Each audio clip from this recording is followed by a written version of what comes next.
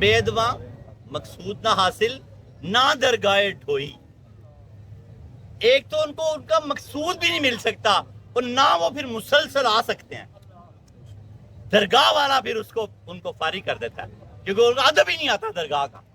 बेअदबा मकसूद ना हासिल ना दरगाहे ढोई, बाज मोहम्मद बख्शा कामिल मर्द ना कोई। जब तक आपके अंदर अदब नहीं उतरेगा ना, आप कामिल नहीं हो सकते। अदब कहाँ से शुरू होता है? घर से। सुभान अल्लाह। बाप के अदब, जिसने बाप का अदब नहीं किया कभी वलियों का अदब नहीं कर सकता। घर के वली का अदब नहीं किया तो बाहर के वली का।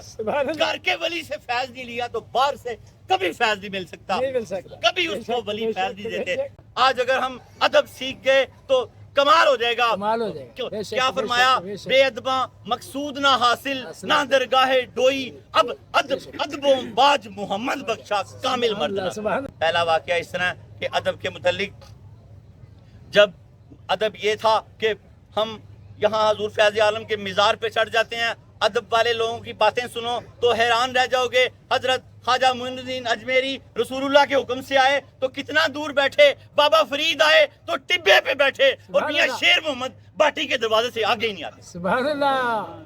यार आप पूछते हो, मुझे लोग पूछते हैं बाबा जी के उत्ते चढ़े हो? मैं क्या मैं गुस्ताख हाँ कि कब्र के उत्ते चढ़ जाऊं?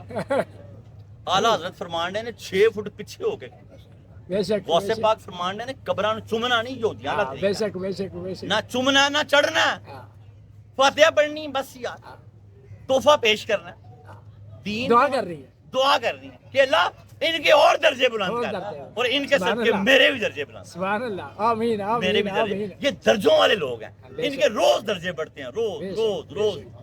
वजह यह है कि हजूर की उम्मत जितना कुरान पढ़ती है तो सवाब किसको पहुंचता है? हजूर को। उन्हें सिखाया, इसी तरह उस्ताद ने जो काम सिखाया वो एक हिस्सा। ये कब्र में क्यों हम इतनी देर अल्लाह हमें लिटाता है? हमें दुनिया में जो काम किए हुए हैं ना, इनका रिजल्ट आखिरी दिन तक निकलना है।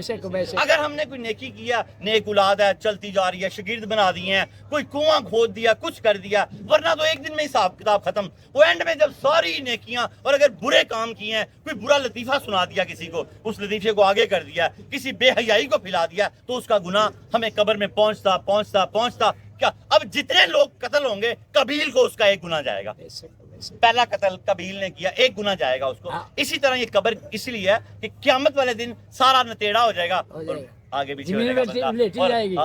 और अदब देखो, इन लोगों का अदब देखो, अदब सीखो। जब मिज़ारों पे आओ तो एक जगह पे खड़े रहो, दुरूद पाक पढ़ो, फातिहा पढ़ो और उनके दर्जात की बुलंदी के लिए दुआएं मांगो और अल्लाह से कहो कि इनके औसाफ में से कुछ हिस्सा हमें भी अता करो। सुभान अल्लाह सुभान अल्लाह।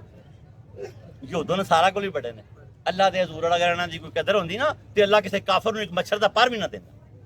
अल्लाह नूं कदर ही कोई नहीं, अल्लाह नूं फकर दी कदर है, फाके दी कदर है। अल्लाह नूं फाका पसंद है। जिस रात हजूर दुनिया में तशरीफ लाए गए, दिया जलाने के लिए तेल नहीं था घर में। फकर को फखर समझे।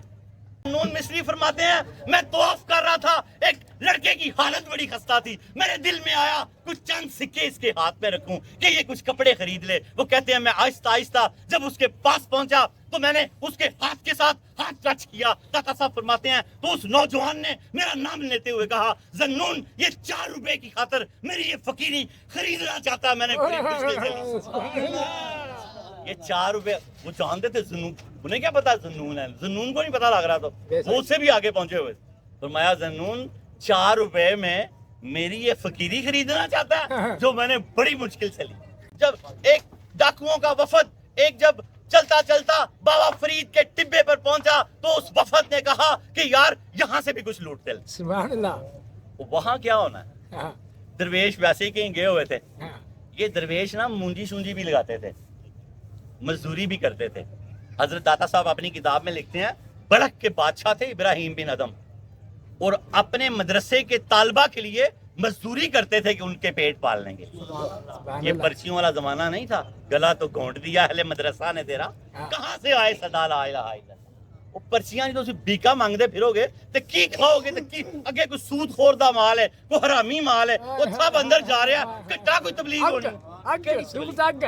वो बच्चे बाबा फरीद के बच्चे कहीं मजदूरी करने निकले हुए, मदरसा खाली, और बाबा फरीद अल्लाह अल्लाह कर रहे थे। वो डाकुओं ने कहा यार शाही कोई नहीं की। एक डाकू ने कहा बाबा जी जुदी फड़ लो यार, ਖਾਲੀ ਹੱਥ ਨਹੀਂ ਜਾਣਾ, ਸਾਡੀ ਬੇਇੱਜ਼ਤੀ ਹੈ। ਉਹ ਜਨਾਬ ਉਧਰੋਂ ਅਮੀਰੇ ਖੁਸਰੋ ਆ ਰਹੇ ਸਨ, ਹਾਂ, ਸੁਭਾਨ ਮਾਲ ਦਾ ਅੱਲਾਹ, ਕਾਫਲਾ ਲੈ ਕੇ ਭਰਿਆ ਹੋਇਆ। ਉਹ ਆਪਣੇ ਮੁਰਸ਼ਿਦ ਦੀ ਜੁੱਤੀ ਦੀ ਖੁਸ਼ਬੂ ਆ ਗਈ ਹਾਏ ਹਾਏ ਕਾਫਲੇ ਨਾਲ। ਉਹ ਚੋਰੀ ਕਰਕੇ ਨਿਕਲੇ ਉਧਰੋਂ, ਉਧਰੋਂ ਉਹ ਕਾਫਲਾ ਆ ਰਿਹਾ ਉਧਰੋਂ। ਉਹਨੇ ਸੁੰਘਿਆ, ਉਹਨੇ ਠਹਿਰੋ ਠਹਿਰੋ, ਕਿੱਥੋਂ ਆਏ ਹੋ? ਉਹਨੇ ਬਾਬਾ ਫਰੀਦ ਦੇ। ਉਹਨੇ ਕਿਹਾ ਕੀ ਲੈਣ ਗਏ ਸੋ? ਉਹਨੇ ਚੋਰੀ ਕਰਨ। ਉਹਨੇ ਕੀ ਲੱਭਾ ਜੇ? ਉਹਨੇ ਕਿਹਾ ਚੱਪਲ ਹੀ ਲੱਭੀ ਹੈ।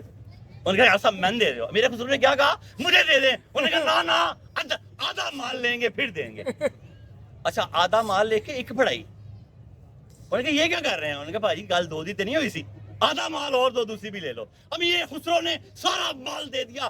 ادب دیکھو مرشد کا, جوتے سر پہ رکھے رقص کرتے ہوئے جب آستانے میں داخل ہوئے تو بابا فرید نے کہا خسرو لوٹ کے لے آیا, اتنا سستا سودا کر رہا ہے.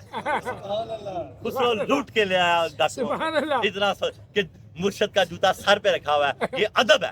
بے ادباں مقصود نہ حاصل نہ درگاہ ڈھوئی, ادبوں باج محمد بخشا کامل مرد نہ کوئی. آج ادب سیکھ کے جانا. سب سے پہلے ادب باپ کا, احترام ماں کا, 3 حصے, رحم ماں پہ کرنا, حکم باپ کا.